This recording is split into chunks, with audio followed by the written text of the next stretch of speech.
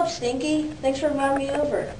Hey Bob, how's your rap on household hazardous waste going along? I haven't even started. Can you help me out? Okay, here are some examples of household hazardous waste. They are everyday things like batteries, cleaners, and cell phones.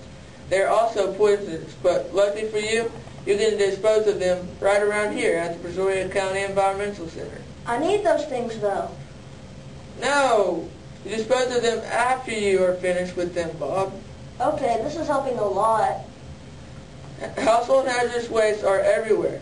The cabinets, garage, and even the kitchen. Wait, you said they're poisonous, so I could get poisoned. And that's what I'm teaching you about household hazardous waste. Okay, I feel better now. Be sure to dispose of them properly or else it will affect our drinking water and poison our animals. So it could hurt that ugly thing in my neighbor's yard?